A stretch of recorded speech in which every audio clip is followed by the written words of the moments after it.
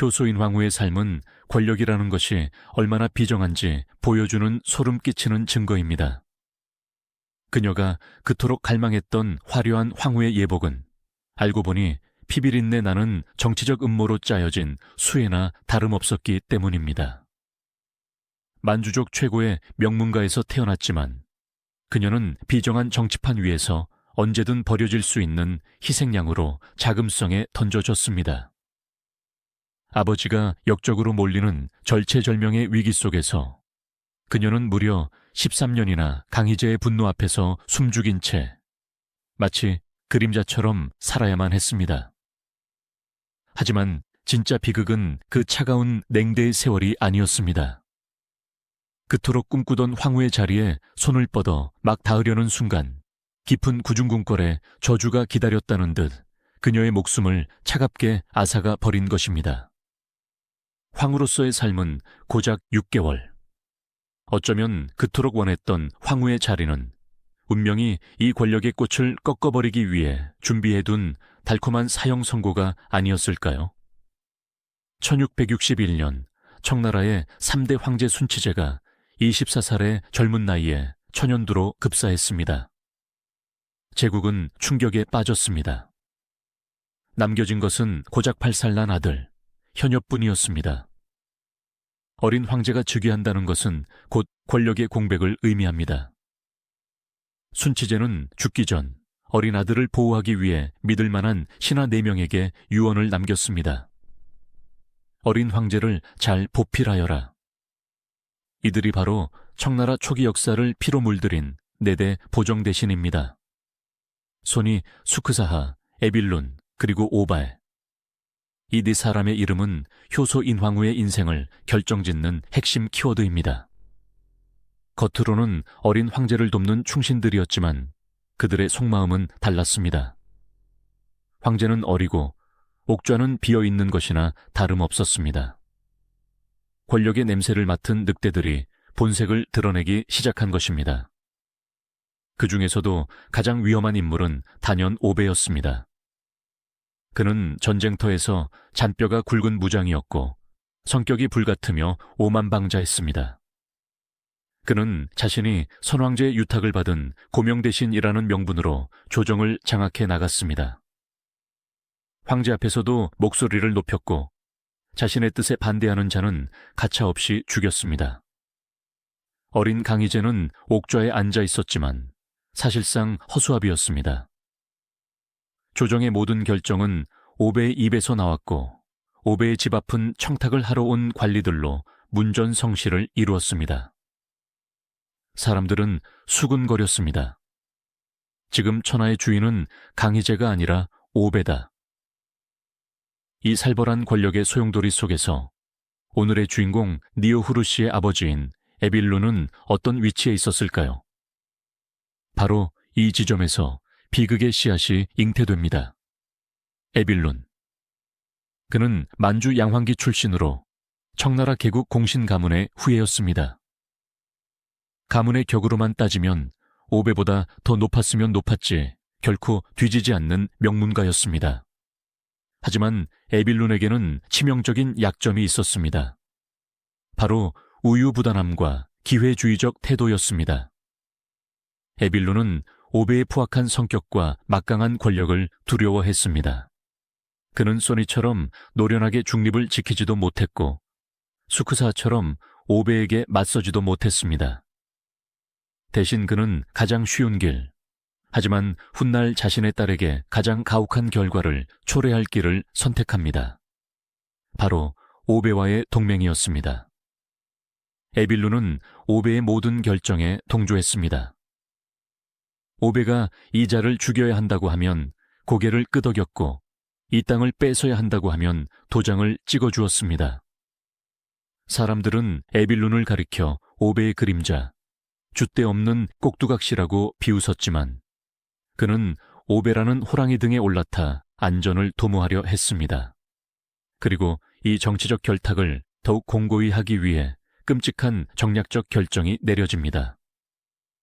에빌룬은 자신의 금지옥엽 같은 딸, 훗날의 효소인 황후의 운명조차 오베와의 정치적 결속을 다지기 위한 도구로 이용했습니다. 그는 오베의 뜻이라면 무조건 따르며 가문의 운명을 오베에게 맡겨버렸습니다. 우리 두 가문은 이제 한 몸이나 다름없네. 당시 어린 니오후루 씨는 아무것도 몰랐을 것입니다. 그저 아버지의 뜻에 따라 오베의 세력권 안깁수기 발을 들이게 되었고, 그것이 자신의 평생을 옥죄는 족쇄가 될 줄은 꿈에도 몰랐을 것입니다. 시간이 흘러 1665년이 되었습니다. 강희제의 나이 12살. 이제 황제가 혼례를 올리고 황후를 맞이할 시기가 되었습니다. 전국의 명문가 교수들이 자금성으로 모여들었습니다. 이것은 단순한 결혼식이 아니었습니다. 황후를 배출하는 가문이 차기 권력을 쥐게 되는 총성 없는 전쟁터였습니다. 수많은 후보 중 최종적으로 남은 유력 후보는 2명이었습니다. 첫 번째 후보는 보정 대신의 우두머리인 소니의 손녀 헤셀이었습니다. 두 번째 후보는 에빌룬의 딸이자 오베의 양녀인 니오후르였습니다. 당시 궁궐 안팎의 호사가들은 수근거렸습니다. 인물로 보나 가문의 뿌리로 보나 에빌룬 대감의 딸이 훨씬 낫지 않은가. 실제로 기록이나 후대의 평가를 종합해보면 니오후루 씨는 당당하고 기품 있는 미모의 학식까지 겸비한 재원이었습니다. 반면 헤세리는 아직 어리고 유약해 보였습니다. 게다가 헤세리의 할아버지 소니는 이미 늙고 병들어 언제 죽을지 모르는 상황이었습니다. 반면 니오후루의 뒤에는 천하를 쥐고 흔드는 오베와 에빌룬이 버티고 있었죠. 누가 봐도 차기 황후는 니오후루 씨가 될 것처럼 보였습니다. 그녀 자신도 그렇게 믿었을 것입니다. 아버지는 당대 최고의 권력자들과 손을 잡고 있었고, 자신은 누구보다 황후에 어울리는 교육을 받아왔으니까요. 하지만 이 결혼의 결정권자는 어린 강희제가 아니었습니다. 바로 산전수전 다 겪은 노련한 정치가 강희제의 할머니 효장 태왕태후였습니다. 태왕태후는 꿰뚫어 보고 있었습니다. 지금 조정은 오베의 세상이다. 만약 오베의 양녀인 니오후루가 황후가 된다면? 그것은 호랑이에게 날개를 달아주는 격이었습니다. 오베는 황제의 장인이라는 지위까지 이용하여 황권을 완전히 무시하고 나라를 집어삼킬 것이 뻔했습니다. 태왕태후는 결단을 내립니다. 오베를 꺾으려면 오베와 맞설 수 있는 유일한 인물, 소니의 힘이 필요하다. 그녀는 늙은 호랑이 소니를 자신의 편으로 끌어들이기 위해 소니의 손녀인 헤세리를 황후로 낙점합니다.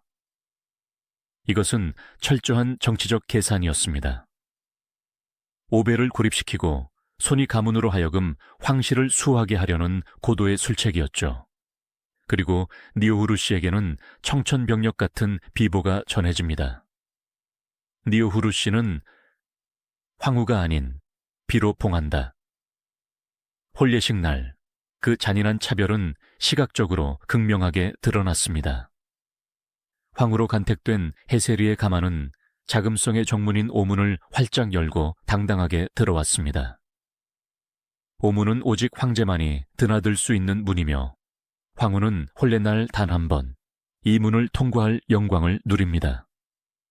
황금색 가마, 쏟아지는 꽃빛, 만조백관의 하리에 세상의 모든 빛이 헤세리를 비추는 듯 했습니다. 반면 황후의 가장 강력한 라이벌이었던 니오후루 씨는 어떻게 되었을까요? 그녀는 오문이 아닌 자금성의 뒷문인 신무문 혹은 측문을 통해 조용히 들어와야 했습니다. 가마의 장식도 따르는 시종의 수도 황후와는 비교가 되지 않았습니다. 가마 안에서 그녀는 무슨 생각을 했을까요? 내가 무엇이 부족해서, 단지 아버지가 오베와 친하다는 이유만으로. 13살의 어린 소녀가 감당하기에는 너무나 큰 굴욕이자 상처였을 것입니다.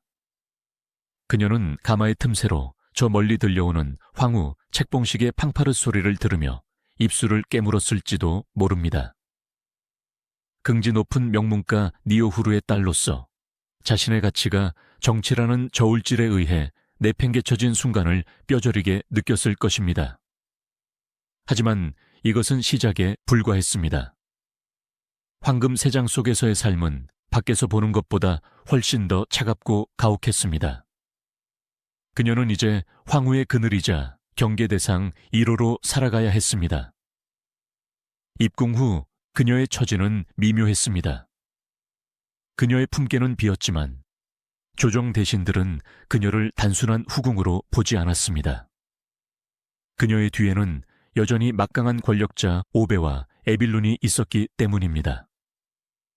궁궐 사람들은 그녀에게 겉으로는 깍듯이 대했지만 뒤에서는 수근거렸습니다. 저분이 바로 그 오베의 양녀라지. 황후 마마를 감시하러 들어온 첩자가 아닐까. 황후 헤세리와의 관계도 불편할 수밖에 없었습니다. 헤세리 역시 니오후르가 자신을 제치고 언제든 치고 올라올 수 있는 잠재적 라이벌임을 알고 있었습니다. 더구나 할아버지 소니와 아버지 에빌룬은 조정에서 사사건건 부딪히는 정적 관계였습니다. 남편은 갔지만 지방길이는 칼을 겨누고 있는 기막힌 상황. 여기서 니오후르 씨의 비범함이 드러납니다.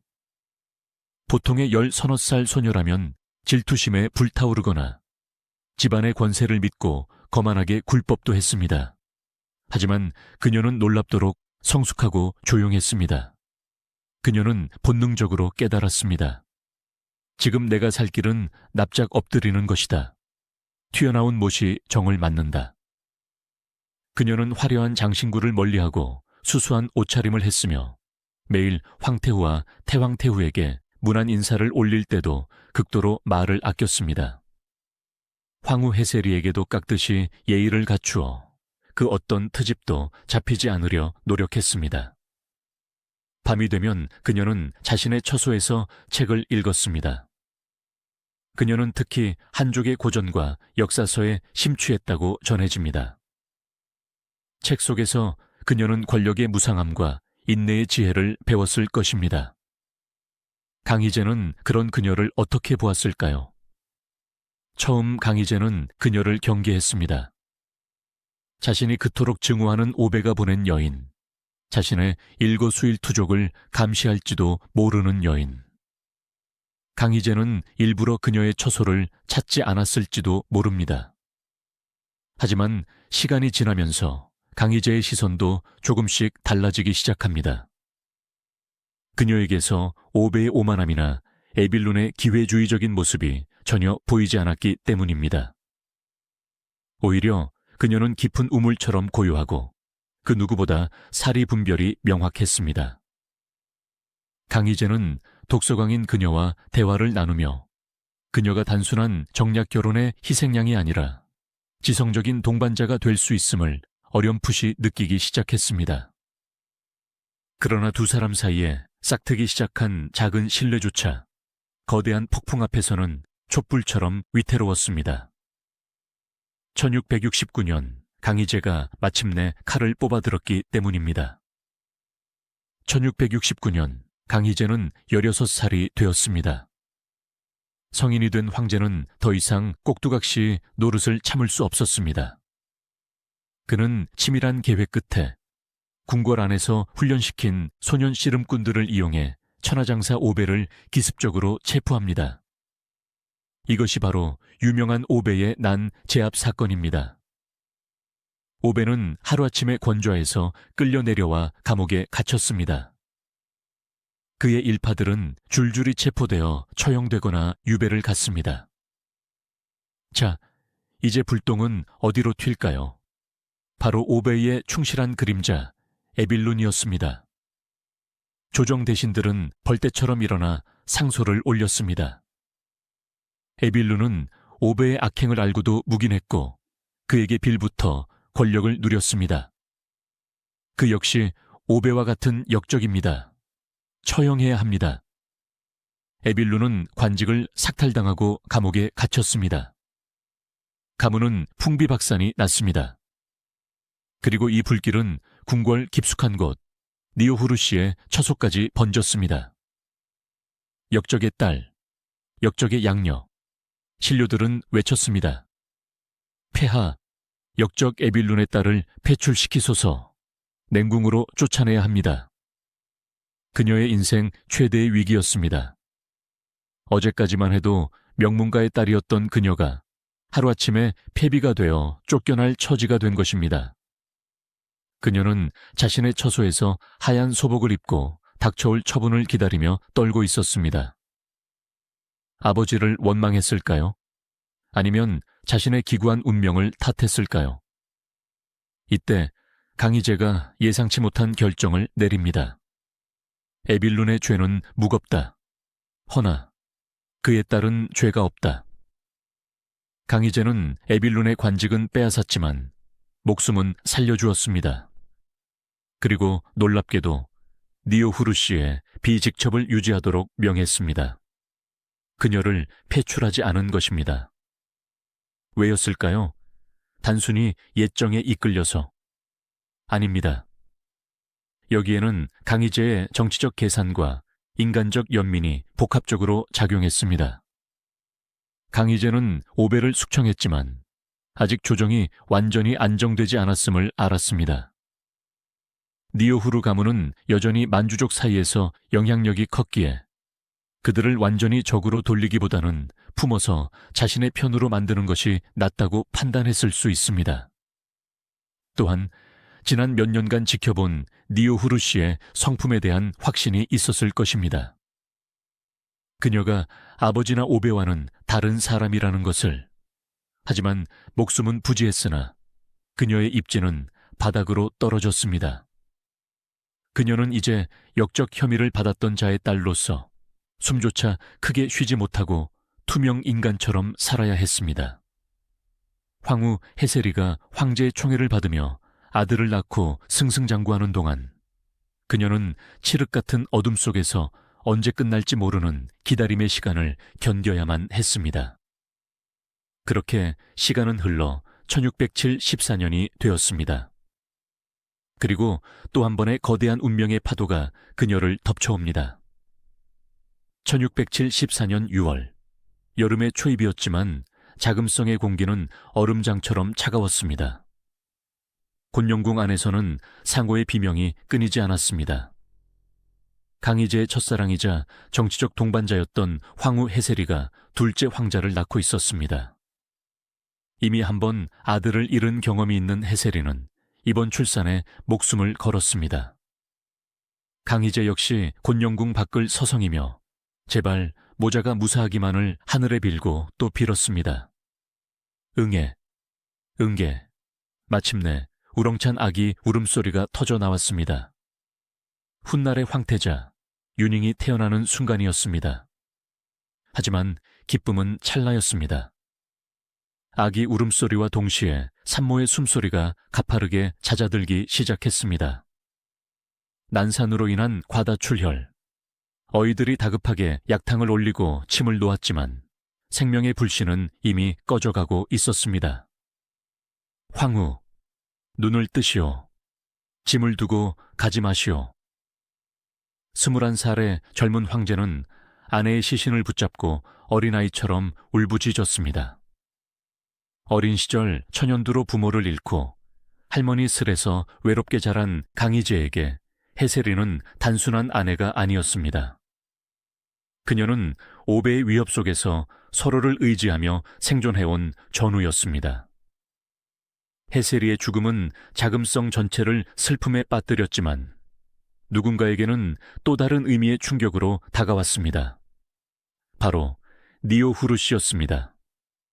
그녀는 자신의 처소에서 황후의 부고를 들었습니다. 황후 마마께서 붕어하셨습니다. 그 순간 그녀의 마음은 어땠을까요? 자신을 밀어내고 황후가 되었던 라이벌이 사라졌으니 기뻤을까요? 아닙니다. 그녀는 누구보다 정치의 비정함을 잘 아는 여인이었습니다.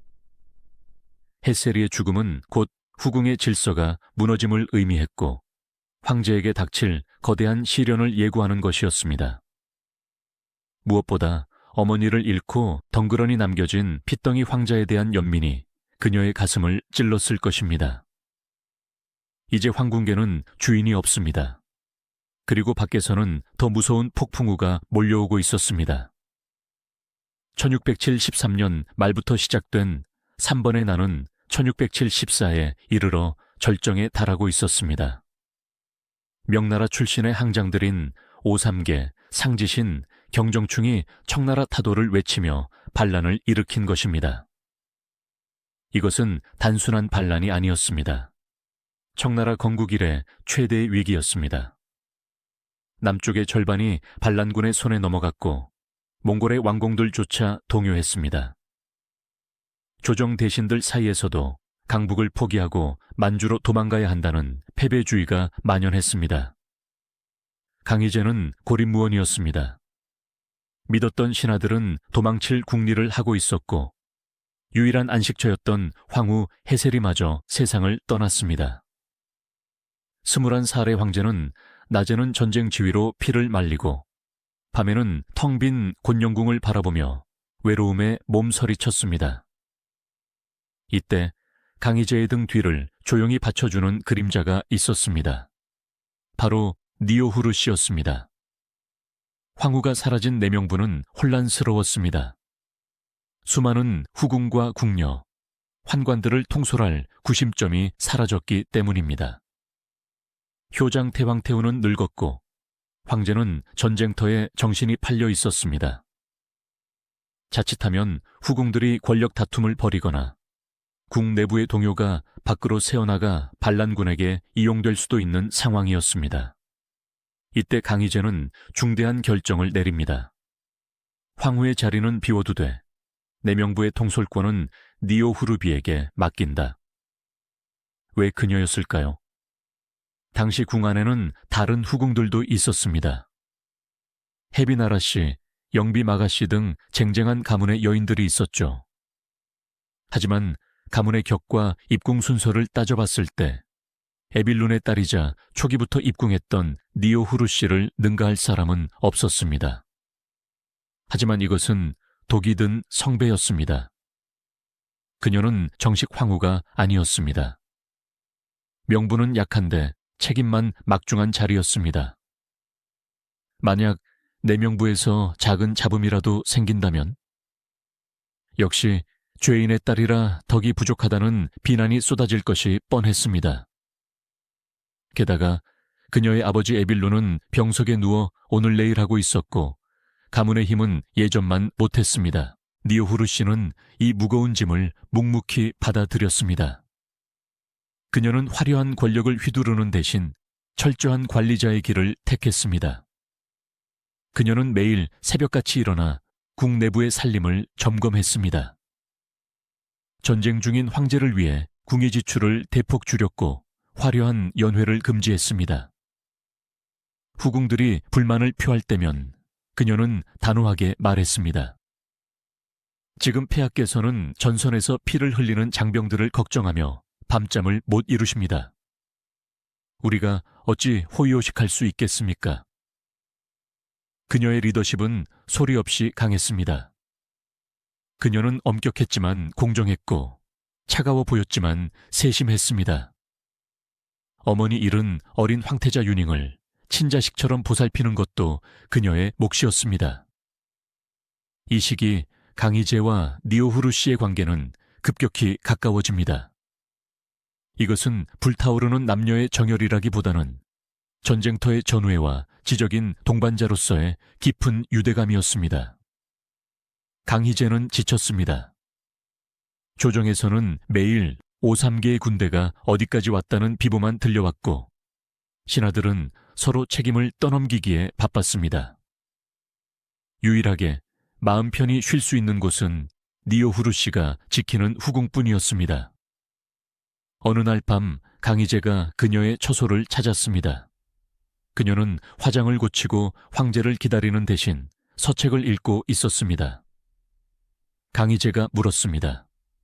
무슨 책을 읽고 있는가? 한 나라의 역사를 읽고 있습니다. 위기 속에서 나라를 구한 영웅들의 이야기를 보며 폐하를 생각했습니다.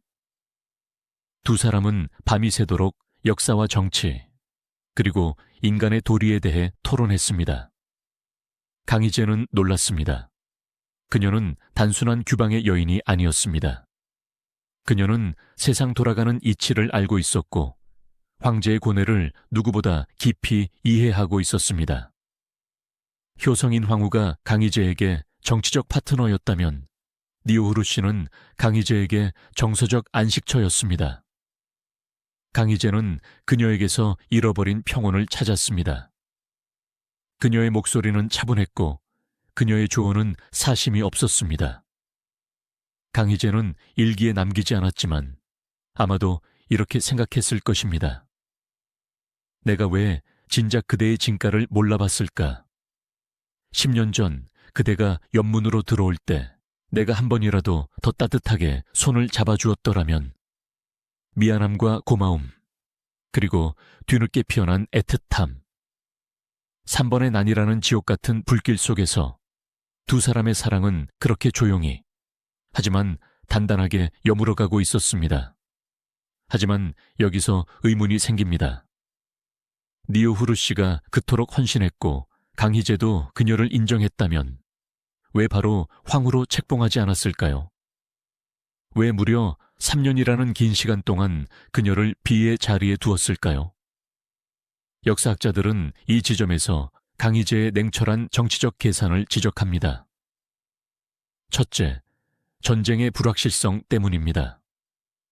3번의 나는 1676년이 되어서야 겨우 승기를 잡기 시작했습니다.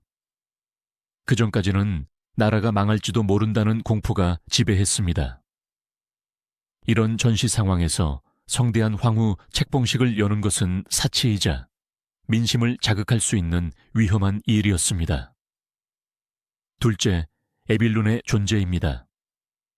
니오후르 씨의 아버지 에빌룬은 1613년에 사망했습니다. 하지만 그가 죽었다고 해서 5배의 1파라는 꼬리표가 완전히 사라진 것은 아니었습니다. 강희제는 니오후르 가문을 완전히 복권시키기 전에 그들이 정말로 황실에 충성하는지 아니면 또다시 권력을 탐하는지 지켜볼 필요가 있었습니다. 강희제는 그녀를 사랑했지만 황제로서는 의심을 거둘 수 없었습니다.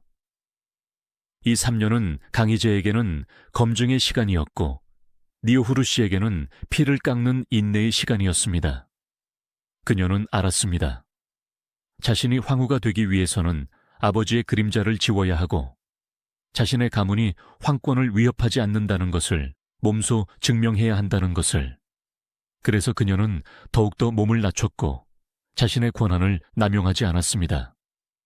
어쩌면 그녀는 밤마다 돌아가신 아버지를 원망했을지도 모릅니다. 아버지, 왜 5배와 손을 잡으셨습니까? 그 선택 때문에 저는 이토록 험난한 길을 가야 합니다.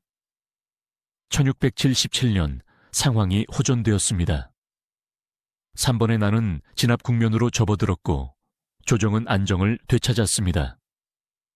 니오후르 가문 역시 에빌룬 사후 겸손하게 처신하며 황제에게 충성을 맹세했습니다. 이제 더 이상 미룰 명분도 이유도 없었습니다. 강희제는 결단을 내립니다. 지난 3년간 내 명부를 훌륭히 이끌어온 니오후르 씨의 공을 치하한다. 그녀의 덕행은 황후가 되기에 부족함이 없다. 강희제는 예부에 명하여 황후 책봉식을 준비하게 했습니다. 12년 전 연문으로 초라하게 들어왔던 그녀가 이제 명실상부한 제국의 국모로서 정당하게 인정받는 순간이 다가온 것입니다. 하지만 운명은 참으로 얄궂습니다. 최고의 행복이 찾아오는 순간 죽음의 그림자도 함께 발을 들여놓고 있었으니까요. 그녀의 몸은 이미 10년 넘는 마음고생과 과도한 경무로 인해 조용히 무너져 내리고 있었습니다. 화려한 황후의 관을 쓰기 위해 기다리고 있는 그녀. 그러나 그 관의 무게를 그녀의 여린 육체가 감당할 수 있을까요? 1677년 8월 22일. 자금성의 역사에 또 하나의 페이지가 기록되는 날이었습니다. 이날은 단순한 황후 책봉식이 아니었습니다. 그것은 한 여인이 겪어낸 12년의 인고의 세월에 대한 보상이자 정치적 소용돌이 속에서 살아남은 자가 누리는 최후의 승정하였습니다. 새벽부터 자금성은 분주했습니다. 예부의 관리들은 의식을 점검하느라 뛰어다녔고 궁녀들은 곤영궁을 쓸고 닦으며 새로운 주인을 맞이할 준비를 마쳤습니다. 그리고 드디어 강희제의 조칙이 만천에 울려 퍼졌습니다. 비니오후루 씨는 명문가의 영예로서 성품이 온화하고 덕행이 뛰어나다. 오랫동안 내명부를 다스리며 짐을 보필한 공이 지대하니 이에 황후로 책봉하여 천하의 국모로 삼노라. 이 조칙이 낭독되는 순간 니오후루 씨는 어떤 표정을 지었을까요? 12년 전 13살의 어린 소녀였던 그녀는 오배의 양녀라는 이유로 황후 자리를 빼앗기고 초라한 가마를 타고 연문으로 들어와야 했습니다. 하지만 오늘 25살의 그녀는 가장 화려한 조복을 입고 황후만이 통과할 수 있는 자금성의 정중앙문, 오문을 당당하게 통과했습니다. 수백 명의 문무백관이 그녀의 가마를 향해 무릎을 꿇고 만세, 만세, 만만세를 외쳤습니다. 그 함성은 12년 전 그녀가 겪었던 굴욕을 씻어내기에 충분했을 것입니다. 그녀의 가문인 니오후루 시족 사람들 역시 감격의 눈물을 흘렸습니다. 역적의 혐의를 벗고 다시금 제국 최고의 외척으로 부활하는 순간이었으니까요. 하지만 가마 안에 앉은 효소인 황후의 손은 미세하게 떨리고 있었습니다. 기쁨 때문이었을까요? 아니면 본능적으로 느낀 왕관의 무게 때문이었을까요? 황후가 된 그녀의 삶은 겉보기에 더할 나위 없이 화려했습니다. 강희제는 그녀를 극진히 대우했고 시할머니인 효장 태왕태후 역시 그녀의 침착함을 높이 샀습니다. 하지만 황후라는 자리는 권력을 누리는 자리가 아니라 무한한 책임을 지는 자리였습니다. 특히 그녀에게는 더욱 가혹한 기준이 적용되었습니다. 첫째, 그녀는 전임 황후와 비교당해야 했습니다. 궁궐의 나인들은 은연중에 죽은 해세리 황후를 그리워했습니다. 효소인 황후는 그 그림자를 지우기 위해 해세리보다 더 현숙하고 더 검소하고 더 완벽하게 행동해야 했습니다. 그녀는 자신의 감정을 철저히 숨겼습니다. 화가 나도 웃어야 했고 슬퍼도 의연해야 했습니다. 둘째, 가문의 기대가 그녀를 짓눌렀습니다. 아버지 에빌루는 죽었지만 니오후루 가문은 그녀 하나만을 바라보고 있었습니다. 그녀가 황후로서 실수를 한다면 기껏 회복한 가문의 명예가 다시 땅에 떨어질 수 있었습니다.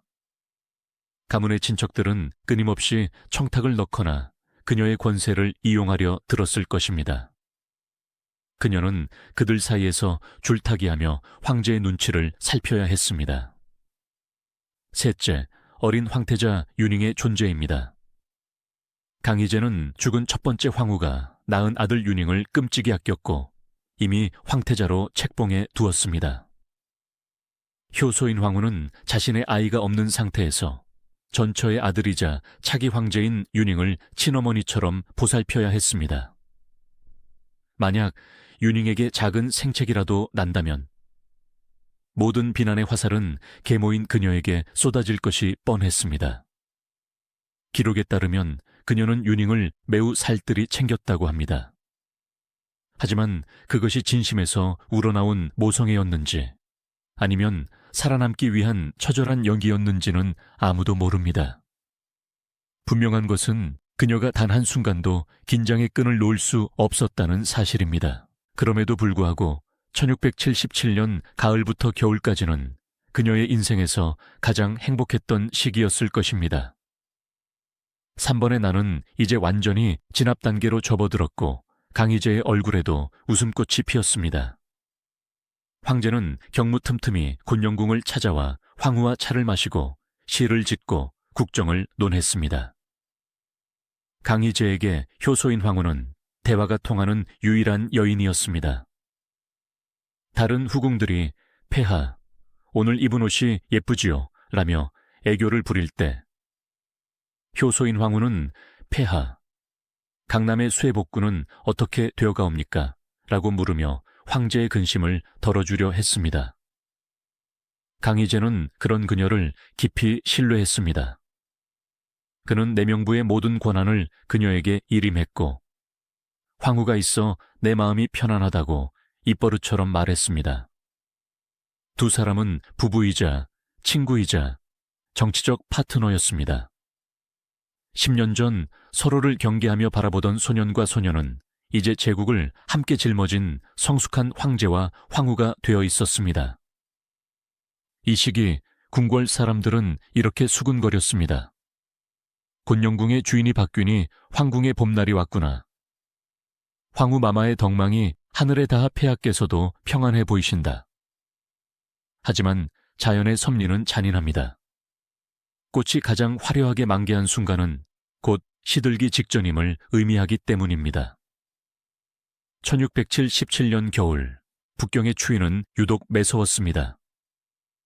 황후 책봉식의 열기가 채 식기도 전인 12월 무렵, 효소인 황후의 건강에 이상 신호가 감지되었습니다. 처음에는 단순한 감기인 줄 알았습니다. 기침이 잦고 미열이 있는 정도였죠. 어이들은 과로하신 탓이니 푹 쉬시면 낫습니다. 라고 진단했습니다. 하지만 그녀는 쉴 수가 없었습니다. 곧 다가올 동지와 새해 행사를 준비해야 했기 때문입니다. 황후로서 맞이하는 첫 번째 새해였습니다. 그녀는 완벽한 모습을 보여주고 싶었습니다. 만조백관과 외명부 부인들이 모두 모이는 자리에서 니오후루 가문의 딸이 얼마나 훌륭한 국모가 되었는지 증명하고 싶었습니다. 그녀는 아픈 몸을 이끌고 밤늦게까지 장부를 검토하고 연회 음식을 점검했습니다. 시녀들이 마마, 제발 옥체를 보존하소서라고 말려도 그녀는 고개를 저었습니다. 아니다. 이번 행사는 폐하의 위엄을 보여주는 자리다. 소홀함이 있어서는 안 된다. 하지만 그녀의 몸은 이미 한계에 다다르고 있었습니다. 심리학적으로 볼 때 사람이 긴장 상태에 있다가 갑자기 목표를 이루고 나면 번아웃이 오면서 면역 체계가 급격히 무너지는 경우가 있습니다.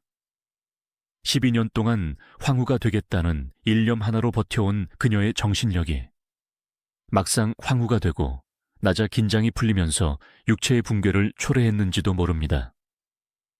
스트레스, 과로, 그리고 오랫동안 억눌러온 감정들이 독이 되어 그녀의 오장육부를 갉아먹기 시작했습니다.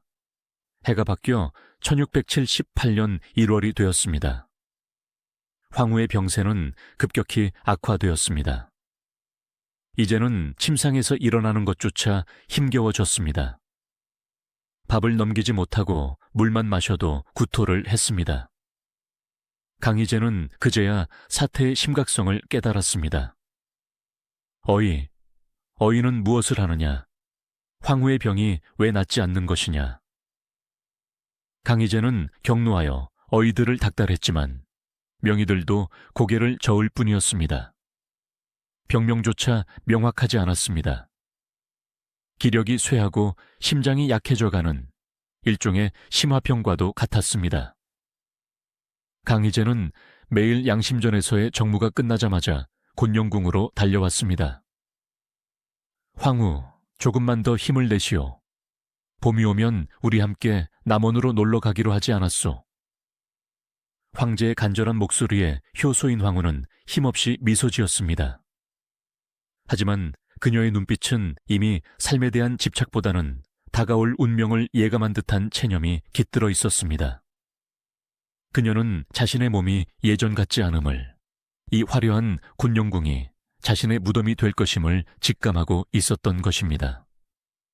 1678년 2월, 자금성 곤영궁의 시계는 죽음을 향해 빠르게 달려가고 있었습니다. 불과 반년 전 황후 책봉식의 화려한 팡파르가 울려 퍼졌던 이곳은 이제 지독한 양냄새와 신음소리로 가득 찼습니다. 효소인 황후의 병세는 현대의학으로 추정하자면 급성 심부전이나 극심한 스트레스로 인한 면역체계 붕괴로 보입니다. 10년 넘게 억눌러 온 긴장감이 황후가 되자마자 끊어진 고무줄처럼 터져버린 것입니다. 강희제는 당시 3번의 난 진압을 위해 밤낮 없이 정무를 보고 있었지만 황후가 위독하다는 소식에 만사를 제치고 곤영궁으로 거처를 옮기다시피 했습니다. 폐하, 나라실이 위중하옵니다. 곤영궁 출입을 자제하시옵소서. 신하들의 만류에도 강희제는 단호했습니다. 내 아내가 죽어가는데 황제라는 자리가 무슨 소용인가? 강희제는 친히 약탕관을 들고 황후의 머리맡을 지켰습니다. 천하를 호령하는 황제가 병든 아내 앞에서는 그저 무력한 한 명의 남편일 뿐이었습니다. 그는 수척해진 황후의 손을 잡고 끊임없이 속삭였습니다. 조금만 더 버티시오. 이제야 당신의 시대가 왔지 않소. 우리는 아직 해볼 일이 너무나 많소.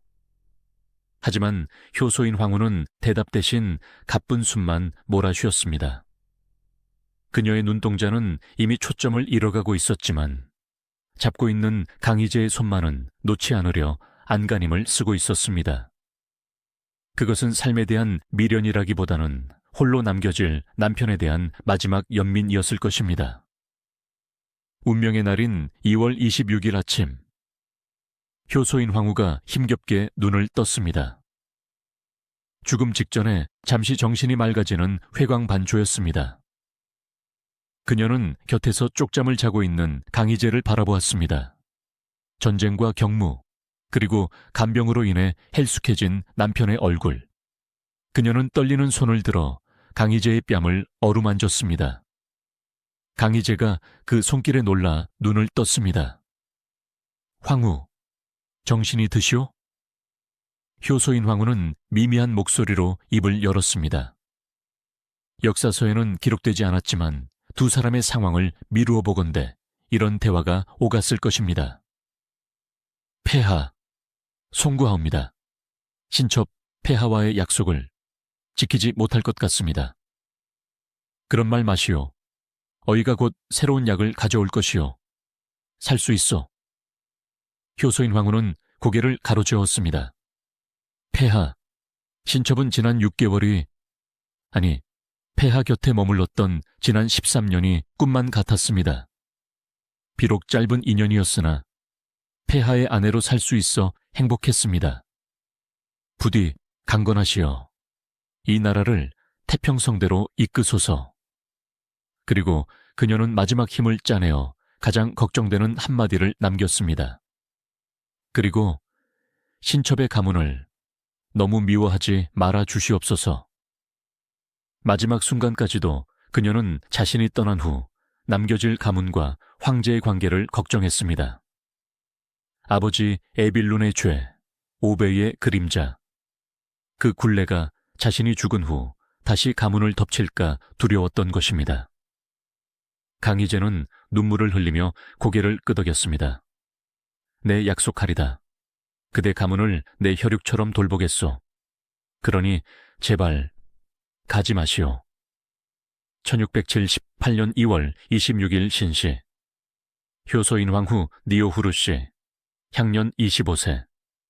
그녀는 황후 책봉 6개월 만에 파란만장했던 25년의 짧은 생을 마감했습니다. 그 순간 곤영궁 안의 모든 시계가 멈춘 듯 했습니다. 어이가 떨리는 손으로 황후의 코 밑에 손을 대어보고는 바닥에 엎드려 통곡했습니다. 황후 마마께서 붕어하셨사옵니다. 그 소리와 동시에 강희제는 황후의 시신을 끌어안고 오열했습니다. 아, 하늘이여, 어찌하여 짐에게서 이토록 소중한 사람들을 다 빼앗아 가는가. 어머니 아버지, 첫 번째 아내, 그리고 이제 10년을 기다려준 두 번째 아내까지.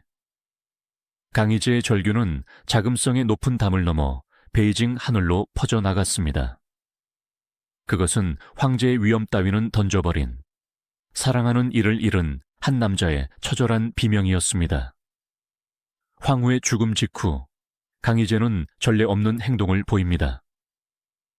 청나라 황실의 예법에 따르면 황후가 죽으면 시신을 안치하고 황제는 별도의 궁으로 거처를 옮겨 정사를 돌봐야 했습니다. 시신 곁에 황제가 너무 오래 머무는 것은 부정하다고 여겼기 때문입니다. 하지만 강희제는 이 모든 관례를 깨부수었습니다. 그는 황후의 시신이 안치된 곤영궁을 떠나지 않겠다고 선언했습니다.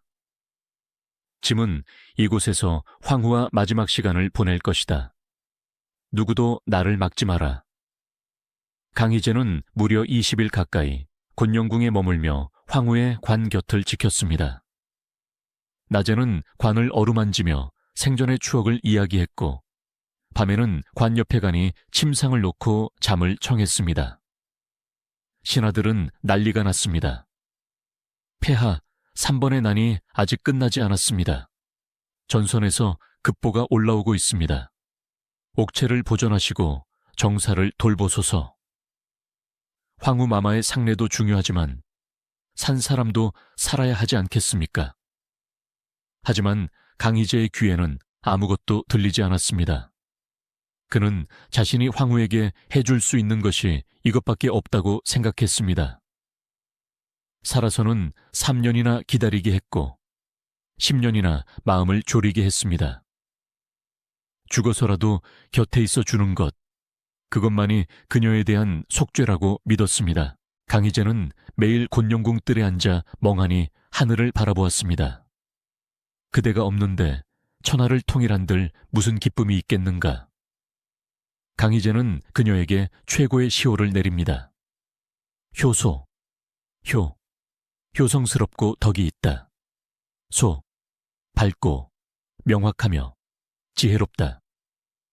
이 두 글자는 그녀의 삶을 완벽하게 요약한 단어였습니다. 그녀는 부모에게 효도하기 위해 희생했고 어둠 속에서도 총명함을 잃지 않고 황제를 비추었던 등불 같은 존재였습니다. 강희제는 그녀의 장례를 국장으로 성대하게 치렀습니다. 역대 어느 황후의 장례보다도 화려하고 엄숙했습니다. 그리고 그녀의 아버지 에빌룬의 묘소를 황후의 능 근처로 이장해주고 가문 사람들에게 큰 벼슬을 내렸습니다. 이것은 죽어가는 아내에게 했던 가문을 미워하지 않겠다는 마지막 약속을 지킨 것이었습니다. 니오후르 가문은 효소인 황후의 죽음을 대가로 역적의 혐의를 완전히 벗고 청나라 최고의 명문가로 확실하게 부활했습니다. 효소인 황후의 죽음은 강희제에게 씻을 수 없는 트라우마를 남겼습니다. 이때부터 강희제에게는 극처라는 징크스가 마음속 깊이 자리 잡게 됩니다. 첫 번째 황후 헤세리도 젊은 나이에 죽었고 두 번째 황후 니오후르도 6개월 만에 죽었습니다. 강희제는 자책했습니다. 나의 기운이 너무 강해서 내 곁에 있는 여인들이 견디지 못하고 죽는 것인가. 이 트라우마 때문에 강희제는 이후 세 번째 황후를 책봉하는 것을 극도로 꺼리게 됩니다. 실제로 세 번째 황후는 책봉된 지 불과 하루 만에 죽게 되는데 이는 강희제의 두려움이 현실이 된 비극이었습니다. 효소인 황후의 죽음은 단순히 한 여인의 죽음이 아니라 강희제라는 인간의 내면을 무너뜨리고 다시 쌓게 만든 거대한 사건이었습니다. 그는 이후 더욱더 일 중독에 빠져들었고 감정을 잘 드러내지 않는 냉철한 군주로 변해갔습니다. 따뜻했던 그의 인간미 한 조각이 효소인 황후와 함께 땅에 묻힌 것입니다. 그대여 곤영궁의 주인은 오직 그대뿐이요. 내 다시는 그 누구에게도 마음을 다 주지 않으리라. 1678년 봄 효소인 황후가 떠난 자금성에는 짙은 침묵만이 감돌았습니다. 황제는 곤영궁을 봉쇄하지는 않았지만 그 누구도 감히 그곳에 발을 들이려 하지 않았습니다. 그곳은 강희제의 눈물과 한이 서린 성역이자 두 명의 황후를 잇따라 삼켜버린 저주받은 공간처럼 여겨졌기 때문입니다. 궁궐 사람들은 숨을 죽였습니다. 황후 자리가 또 비었다. 이제 누가 그 자리에 앉을 것인가. 하지만 강희제의 입은 굳게 닫혀 있었습니다. 그는 효소인 황후의 죽음 이후 새로운 황후를 세우는 것에 대해 극도로 예민한 반응을 보였습니다. 신하들이 내명부의 안정을 위해 계후를 간택하소서라고 조심스럽게 청하면 강희제는 불같이 화를 냈습니다. 아직 효소 왕후의 묘토가 마르지도 않았다. 짐에게 또다시 상처를 줄 셈인가? 강희제는 두려웠습니다. 자신이 사랑한 여인들이 황후라는 자리에만 오르면 죽어나가는 이 끔찍한 징크스. 그는 더 이상 누군가를 그 죽음의 자리에 앉히고 싶지 않았습니다. 그러나 황실은 감정이 아닌 시스템으로 돌아가는 곳입니다. 황후의 부재는 곧 권력의 공백을 의미했고, 이 공백을 노리는 수많은 가문들의 암투가 물밑에서 치열하게 전개되기 시작했습니다. 그리고 그 중심에 벼랑 끝에서 다시 일어선 니오후루 가문이 있었습니다. 효소인 황후의 죽음은 니오후루 가문에겐 날벼락이었습니다. 아버지 에빌룬이 죽고 역적 가문이라는 오명을 겨우 씻어내고 딸을 황후로 만들었는데 불과 6개월 만에 모든 것이 물거품이 될 위기에 처한 것입니다. 가문의 어른들은 조바심을 냈습니다. 이대로 황후 자리를 다른 가문에 뺏긴다면 우리 가문은 영영 몰락할 것이다. 특히 강희제의 외가인 동가시족이 호시탐탐 황후 자리를 노리고 있다. 당시 궁 안에는 강희제의 외사촌이자 유력한 후궁인 동씨가 세력을 키우고 있었습니다. 만약 동씨가 황후가 된다면 니오후루 가문의 입지는 좁아질 수밖에 없었습니다. 여기서 니오후루 가문은 냉혹하고도 현실적인 결단을 내립니다. 죽은 언니의 빈자리를 살아있는 동생으로 채운다. 그들에게는 아직 혼인하지 않은 효소인 황후의 어린 여동생이 있었습니다. 가문은 그녀를 입궁시키기로 결정합니다. 이것은 강희제에게 보내는 메시지였습니다. 폐하, 저희 가문은 아직 폐하를 모실 준비가 되어 있습니다. 언니에 대한 미안함이 있다면 동생을 거두어 주소서.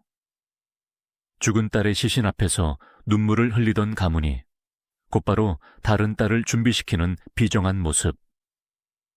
이것이 바로 봉건시대 명문가들이 생존하는 방식이었습니다.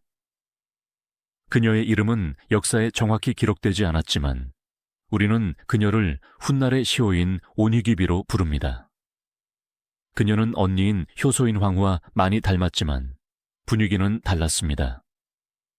언니가 차분하고 지적인 학자 스타일이었다면 동생은 좀 더 활달하고 생기 넘치는 전형적인 만주족 소녀였습니다.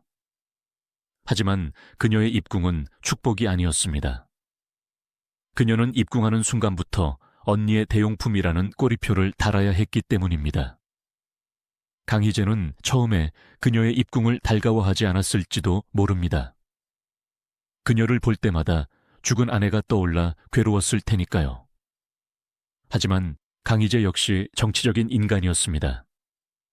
니오후루 가문의 충성을 유지하고 그들에게 진 빚을 갚기 위해서는 그녀를 받아들여야만 했습니다. 강희제 19년 무렵, 그녀는 정식으로 입궁하여 후궁 생활을 시작합니다. 그리고 강희제 20년, 강희제는 3번의 난을 완전히 평정한 후 대대적인 농공행상을 벌이면서 그녀를 귀비로 책봉합니다.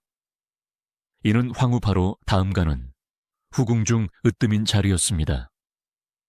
강희제는 조칙에서 이렇게 말했습니다. 그녀는 명문가의 딸로서 언니의 덕을 이어받아 성품이 온순하고 공손하다. 언니의 덕을 이어받아. 이 한마디가 그녀의 운명을 규정했습니다. 그녀는 평생 언니라는 거대한 거울에 자신을 비춰보며 살아야 했습니다. 황제가 자신을 사랑하는 것인지 아니면 자신의 얼굴에서 죽은 언니를 찾는 것인지 끊임없이 자문해야 했을 것입니다. 1681년 3번의 난이 끝나고 제국은 안정을 찾았지만 내명부는 황후부재라는 기형적인 상태가 계속되고 있었습니다. 강희제는 황후를 세우지 않는 대신 2명의 여인에게 최고의 지위를 주어 서로 견제하게 했습니다. 귀비 동씨, 강희제의 외사촌이자 황제의 어머니 가문 출신, 황제의 가장 가까운 혈육이자 실세, 귀비 니오후르 씨, 죽은 황후의 동생이자 최고의 명문가 출신, 황후의 정통성을 계승한 존재. 두 사람은 표면적으로는 자매처럼 지냈지만 물밑에서는 치열한 서열 다툼을 벌였습니다. 궁녀들은 수군거렸습니다. 실질적인 권력은 동씨 마마에게 있지만 명분과 정통성은 니오후루 마마에게 있다. 오니귀비는 영리했습니다. 그녀는 언니가 그랬던 것처럼 권력을 탐하기보다는 신중함을 무기로 삼았습니다. 그녀는 동씨와 정면으로 충돌하지 않고 언니가 남긴 유산을 지키는데 주력했습니다. 그녀는 언니가 살던 곤영궁 근처를 산책하며 황제의 시선을 끌었고 언니가 좋아하던 차를 끓여 올리며 황제의 향수를 자극했습니다. 이것은 단순한 계산이 아니라 살아남기 위한 처절한 생존 전략이었습니다. 강희제에게 오니귀비는 어떤 존재였을까요? 단순한 대용품이었을까요? 역사적 기록을 보면 강희제는 오니귀비를 꽤 총애했습니다. 그녀는 입궁 후 아들과 딸을 낳았습니다. 황제가 후궁에게 아이를 낳게 했다는 것은 적어도 육체적, 정서적인 애정 관계가 깊었다는 증거입니다. 특히 십황자 윤하의 탄생은 니오후루 가문에게 큰 축복이었습니다. 오니귀비가 낳은 십황자는 다른 황자들과 달리 외가의 막강한 배경을 등에 업고 태어났습니다. 비록 황태자는 아니었지만 궁 안에서 그 누구도 무시할 수 없는 금수저 황자였죠. 강희제는 오니귀비를 보며 마음의 짐을 덜었을 것입니다.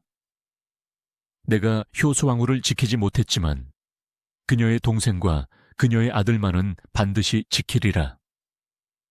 오니귀비 역시 황제의 그 마음을 알았습니다. 자신을 향한 사랑의 절반은 죽은 언니의 몫이라는 것을, 때로는 그것이 서러웠겠지만 그녀는 그 운명을 받아들였습니다. 그것이 니오후루 가문의 딸로 태어난 숙명이었으니까요. 효소인 황후의 희생과 오니귀비의 입궁 덕분에 니오후루 가문은 제2의 전성기를 맞이했습니다. 과거 5배의 일파라며 손가락질 받던 가문은 이제 황후를 배출하고 귀비를 둔 최고의 외척으로 칭송받았습니다. 강희제는 니오후루 가문을 믿고 중용했습니다. 그들은 군사, 정치 분야에서 요직을 차지하며 강희제의 친정체제를 굳건히 받쳐주었습니다.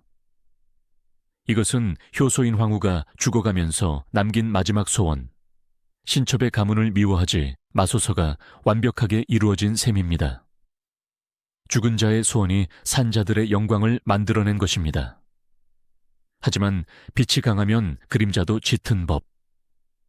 가문의 위세가 높아질수록 다른 가문들의 질시와 견제도 심해졌습니다.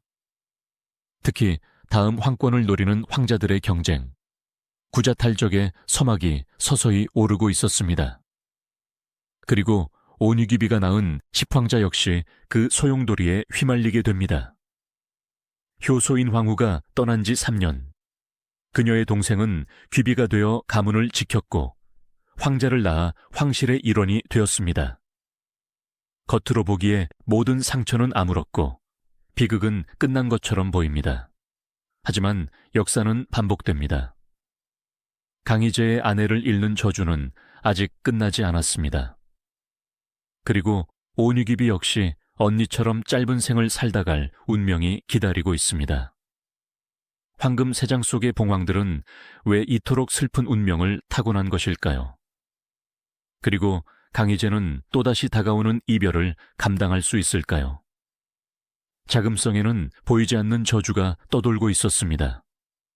강희제의 여자가 되어 가장 높은 자리에 오르면 반드시 죽는다. 첫 번째 황후 헤세리는 난산으로 죽었고 두 번째 황후 니오후르는 책봉 6개월 만에 병사했습니다. 그리고 여기 언니의 뒤를 이어 입궁한 또 한 명의 니오후르 씨, 오니귀비가 있습니다. 그녀는 언니의 비극을 지켜보았기에 누구보다 조심스러웠습니다. 그녀는 황후라는 타이틀을 탐내지 않았습니다. 그 자리가 곧 죽음의 자리임을 본능적으로 알았기 때문입니다. 하지만 운명은 그녀를 가만히 두지 않았습니다. 그녀가 원하든 원하지 않든 그녀는 제국 내명부의 서열 두 번째로서 황제의 곁을 지켜야 했습니다. 1680년대와 1690년대 강희제의 치세가 절정으로 치닫던 그 화려한 시기, 후궁 안에서는 또다시 소리 없는 죽음의 카운트다운이 시작되고 있었습니다. 온유귀비의 궁중 생활은 겉으로는 평탄해 보였습니다. 그녀는 강희제의 총애를 받아 아들과 딸을 낳았고 귀비라는 높은 직첩을 받아 내명부를 호령했습니다. 하지만 그녀의 내면은 늘 살얼음판이었습니다. 그녀에게는 강력한 라이벌, 황귀비 동씨가 있었습니다. 동씨는 강희제의 외사촌이자 어머니 쪽 가문의 여인으로 사실상 부황후 역할을 하고 있었습니다. 온유귀비는 동씨에게 머리를 숙였습니다. 마마께서 내명부의 으뜸이시니 저는 그저 마마를 보필할 뿐입니다. 이것은 패배가 아니라 처세였습니다. 니오후루 가문은 이미 한 번의 몰락을 경험했기에 온유귀비는 절대로 권력의 전면에 나서서 적을 만들지 않으려 했습니다. 그녀는 자신의 아들, 십황자 윤에게도 늘 당부했습니다. 너는 명문가 니오후루의 핏줄이다. 하지만 절대 뽐내지 마라. 네 이모가 어떻게 가셨는지 잊지 마라. 하지만 아이러니하게도 십황자는 궁 안에서 가장 뒷배가 튼튼한 황자였습니다. 어머니는 귀비이고 이모는 황후였으며 외할아버지는 개국공신 에빌룬이었습니다. 궁녀들과 환관들은 십황자를 마치 황후의 소생과 다름없이 귀하게 떠받들었습니다. 훗날 이 과도한 배경이 십황자를 오만하게 만들고 결국 권력투쟁의 패배자로 만드는 씨앗이 되기도 합니다. 1689년 강희제에게 또다시 악몽이 찾아옵니다. 내명부의 실세이자 강희제가 가장 아꼈던 외사촌 황귀비 동씨가 위독해진 것입니다. 그녀는 10년 넘게 사실상의 황후 역할을 해왔지만 강희제는 극처 징크스 때문에 그녀를 황후로 올리지 않고 있었습니다. 하지만 그녀가 죽어가자 강희제는 마지막 선물로 그녀를 황후로 책봉합니다. 그대를 황후로 삼으니 부디 털고 일어나라. 그러나 하늘은 무심했습니다. 동씨는 황후 책봉 조서를 받은 지 딱 하루 만에 숨을 거둡니다. 그녀가 바로 효의인 황후입니다. 이 사건은 강희제에게 결정타를 날렸습니다. 첫째 부인, 둘째 부인, 그리고 셋째 부인까지. 자신이 황후의 관을 씌워주는 족족 여인들이 죽어나갔습니다. 강희제는 절망했습니다. 나는 저주받은 것인가? 짐의 곁에 있으면 모두 죽는단 말인가? 이 비극을 바로 곁에서 지켜본 온유귀비의 심정은 어땠을까요? 동시의 죽음으로 인해 이제 내명부의 최고 서열은 자연스럽게 온유귀비인 자신에게 돌아왔습니다. 순서대로라면 다음 황후는 그녀가 되어야 했습니다. 하지만 그녀는 공포에 떨었을 것입니다. 다음 차례는 나인가? 1689년 이후 강희제는 맹세했습니다. 다시는 황후를 세우지 않겠다. 강희제는 생존해 있는 최고의 후궁인 온유귀비에게 황후의 권한을 주는 대신 그녀를 황후로 책봉하지는 않았습니다. 그녀를 살리기 위해서였을지도 모릅니다. 아니면 더 이상의 상처를 감당할 수 없어서였을지도 모릅니다. 온유귀비는 황후 없는 시대의 관리자가 되었습니다. 그녀는 언니가 그랬던 것처럼 묵묵히 내명부를 통솔했습니다. 그녀는 강희제가 남순을 떠나거나 몽골 원정을 떠날 때 황궁을 완벽하게 지켜냈습니다. 이 시기 니오후루 가문의 위세는 하늘을 찔렀습니다. 언니는 황후였고 동생은 내명부의 수장인 귀비, 조정에 그들의 형제들이 포진해 있었습니다. 사람들은 천하의 반은 강희제의 것이고 반은 니오후르의 것이다라고 과장해서 말하기도 했습니다. 하지만 오니귀비의 몸도 서서히 시들어가고 있었습니다. 언니와 똑같은 운명의 수레바퀴가 그녀를 향해 굴러오고 있었던 것입니다. 강희제 33년, 오니귀비가 병석에 눕습니다. 그녀의 병세는 언니 효소인 황후 때와 너무나 흡사했습니다. 기력 쇠진, 호흡 곤란, 그리고 급격한 신체 기능 저하. 강희제는 또다시 공포에 질렸습니다. 귀비마저 이를 수는 없다. 어이를 불러라. 천하의 명약을 다 써라. 강희제는 정무를 보다가도 수시로 귀비의 처소로 사람을 보내 상태를 살폈습니다. 그에게 오니귀비는 단순한 후궁이 아니었습니다. 죽은 아내가 남긴 유일한 혈육이자 지난 15년간 자신의 곁을 지켜준 마지막 9세대 여인이었습니다. 하지만 1694년 11월 오니귀비는 세상을 떠납니다. 언니가 간 지 16년 만에 동생도 언니의 뒤를 따라간 것입니다. 그녀의 죽음으로 강희제 초기를 장식했던 니오후르 자매의 시대는 막을 내립니다. 금수저로 태어나 황제의 여인이 되었지만 그 대가로 젊은 목숨을 바쳐야 했던 두 자매. 자금성의 화려한 붉은 벽은 그녀들의 피와 눈물로 칠해진 것이나 다름없었습니다. 강희제는 오니귀비의 죽음을 깊이 애도했습니다. 그는 예법을 담당하는 관원에게 명했습니다. 오니귀비의 장례는 일반 귀비의 예보다 더 격식을 높여라. 그녀는 황후의 동생이자 황자의 어미이며 오랫동안 내명부를 이끌었다. 강희제는 그녀에게 온이라는 시호를 내렸습니다. 그리고 그녀를 언니인 효소인 황후의 능 근처에 안장해 주었습니다. 살아서는 서로 의지했고 죽어서도 함께하라는 황제의 마지막 배려였습니다. 하지만 이 장례식에는 쓸쓸함이 감돌았습니다. 강희제는 더 이상 울부짖지 않았습니다.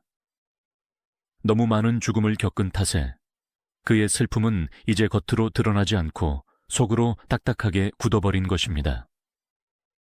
그는 이제 고독을 운명처럼 받아들이는 늙은 황제가 되어가고 있었습니다. 오니귀비는 떠났지만 그녀는 강희제에게 아픈 손가락을 하나 남겼습니다. 바로 십황자 유나입니다. 어머니와 이모의 후광을 입은 유나는 황자들 중에서도 거칠 것 없는 성격으로 자랐습니다. 그는 학문보다는 무예를 좋아했고 권력에 대한 욕심을 숨기지 않았습니다. 어머니의 죽음 이후 그는 이복 형제인 팔황자 윤사와 급격히 가까워지며 황위 계승 전쟁의 한복판으로 뛰어듭니다.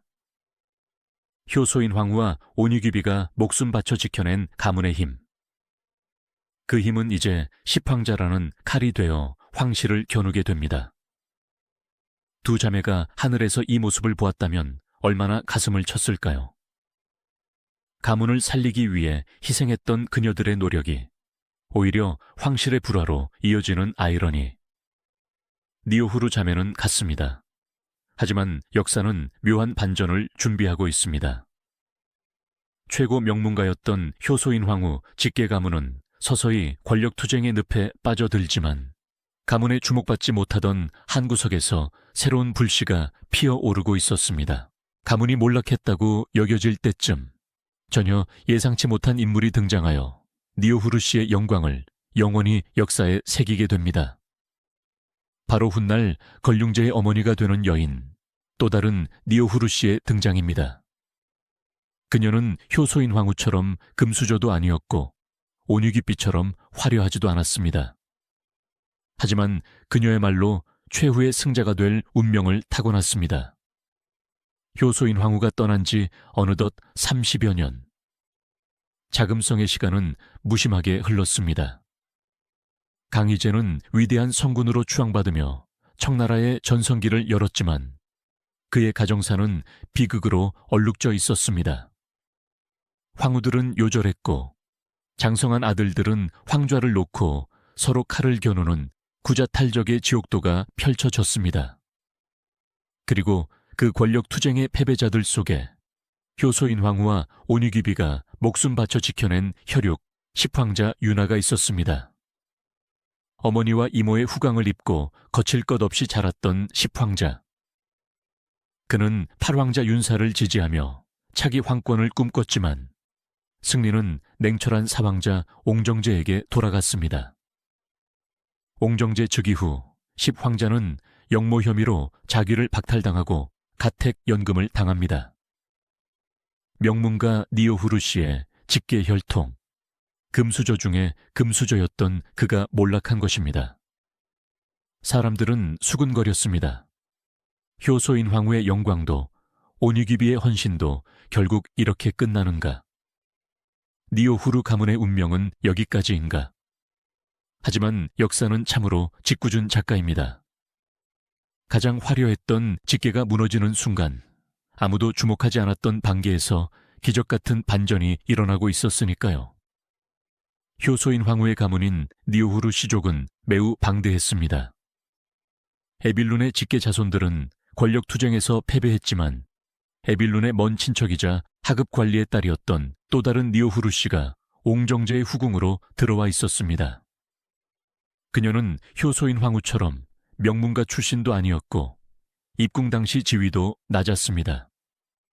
하지만 그녀에게는 효소인 황후가 가지지 못한 결정적인 한 가지가 있었습니다. 바로 운과 건강한 아들이었습니다. 그녀가 낳은 아들, 홍역. 훗날 청나라 최전성기를 이끄는 걸륭제가 되는 인물입니다. 강희제는 말년의 손자 홍역을 처음 보고 감탄하며 이렇게 말했다고 합니다. 이 아이의 복이 나보다 더 크구나. 강희제는 죽은 아내 효소인 황후의 가문에서 나온 이 영특한 손자를 보며 묘한 감정을 느꼈을 것입니다. 비록 직계 혈통은 아니지만 돌고 돌아 다시 니오후르 가문의 여인이 차기 황제의 어머니가 되는 운명. 효소인 황후가 죽기 전 강희제에게 남겼던 유언. 신첩의 가문을 미워하지 마소서는 이렇게 전혀 예상치 못한 방식으로 가장 화려하게 이루어졌습니다. 이로써 니오후르 가문은 청나라가 망할 때까지 철모자 왕을 배출하며 최고의 명문가로 군림하게 됩니다. 이제 다시 우리의 주인공 효소인 황후에게로 돌아와 봅니다. 그녀는 짧은 생을 살다 갔지만 역사 속에 남긴 발자취는 결코 가볍지 않습니다. 첫째, 제국의 안전핀 역할을 했습니다. 강희제 초기 황권과 신권의 대립은 나라를 두 조각 낼 수도 있었습니다. 효소인 황후는 오배의 양녀이자 황제의 아내라는 모순된 위치에서 양쪽의 완충지대가 되어주었습니다. 그녀가 인내하고 침묵했기에 강희제는 피를 덜 보고 오배 세력을 흡수할 수 있었습니다. 둘째, 내조의 전형을 완성했습니다. 3번의 난이라는 절체절명의 위기 속에서 그녀는 황후가 부재한 황궁을 완벽하게 지켜냈습니다. 강희제가 후방 걱정 없이 전쟁을 지휘할 수 있었던 것은 곤영궁에 그녀가 버티고 있었기 때문입니다. 그녀는 화려한 정치가가 아니라 묵묵히 기둥을 떠받치는 주춧돌 같은 존재였습니다. 셋째, 강희제에게 인간적인 쉼터였습니다. 냉철한 군주였던 강희제에게 그녀는 유일하게 마음을 터놓을 수 있는 지적인 동반자였습니다. 그녀의 죽음 이후 강희제가 보여준 파격적인 애도와 트라우마는 역설적으로 그녀가 황제에게 얼마나 큰 존재였는지를 증명합니다. 1653년에 태어나 1678년에 지다. 효소인 황후의 25년 인생은 마치 한 편의 슬픈 연극 같았습니다. 그녀는 태어나면서부터 권력의 소용돌이 한가운데 있었고 13살에 정략의 희생양이 되어 자존심을 짓밟혔습니다. 역적의 딸이라는 손가락질을 견디며 10년을 기다렸고 마침내 황후가 되어 사랑하는 남편과 천하를 굽어보려 했으나 야속한 운명은 그녀에게 단 6개월의 시간만을 허락했습니다. 만약 그녀가 하늘에서 자신의 인생을 되돌아본다면 억울해했을까요? 아마도 그녀는 온화한 미소를 지으며 이렇게 말했을지도 모릅니다. 폐하, 너무 슬퍼하지 마세요. 비록 짧은 시간이었지만 저는 폐하의 아내여서 행복했습니다. 황금세장에 갇혀 날지 못하는 봉황이라 불렸지만 폐하의 곁에 머물 수 있었기에 저는 자유로웠습니다. 이제 저는 가문의 짐도 황후의 무게도 내려놓고 먼저 가서 기다리겠습니다. 부디 이 나라를 태평성대로 만드시고 먼 훗날 웃으며 다시 만납시다. 효소인 황후 니오후르 씨. 그녀는 역사책에서 단 몇 줄로 기록되는 인물일지 모릅니다. 강희제의 두 번째 황후, 재위 6개월 만에 병사. 하지만 그 행간 사이에는 한 여인이 흘린 10년의 눈물과 가문을 살리기 위한 처절한 인내, 그리고 제국의 위기 속에서 피어난 고귀한 희생이 숨 쉬고 있습니다. 우리는 흔히 승자의 역사만을 기억합니다. 가장 오래 살고 가장 많은 권력을 누린 사람들 말입니다. 하지만 역사의 지층 아래에는 효소인 황후처럼 자신을 태워 시대를 밝히고 조용히 사라져간 이들의 침묵 또한 단단하게 자리 잡고 있습니다.